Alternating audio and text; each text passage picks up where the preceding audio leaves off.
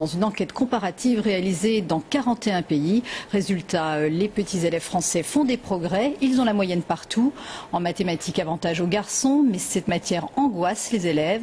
En français, avantage aux filles.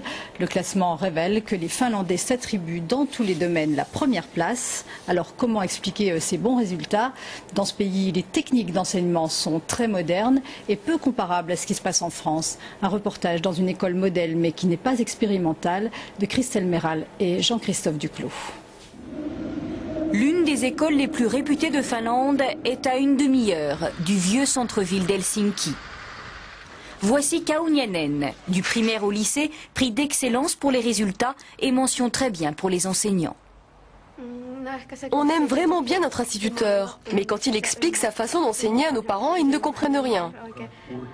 Son instituteur aux méthodes bizarres, c'est Timo. Ce jour-là, cours sur l'Antiquité avec une vidéo. Et voici comment les enfants prennent des notes. Pas de longues phrases, mais un schéma avec des mots-clés. C'est la technique de la carte mentale. Avec la carte mentale, les élèves mettent en valeur des idées différentes et ils peuvent les articuler entre elles. Ce n'est pas possible avec l'écriture traditionnelle. C'est trop linéaire. On ne peut pas corriger, ajouter ou mettre en valeur l'idée principale. En plus, la carte mentale, cela montre aux enfants comment apprendre par eux-mêmes. Ils doivent réfléchir car ce n'est pas la recopie d'un exposé. Ils reformulent l'information à leur manière et ils apprennent en même temps. Apprendre aux enfants à apprendre, c'est aussi le leitmotiv d'Olli, professeur d'histoire. Pendant ses cours, aujourd'hui le socialisme, jamais de longs exposés, mais des vidéos ou des études de texte et constamment les questions-réponses.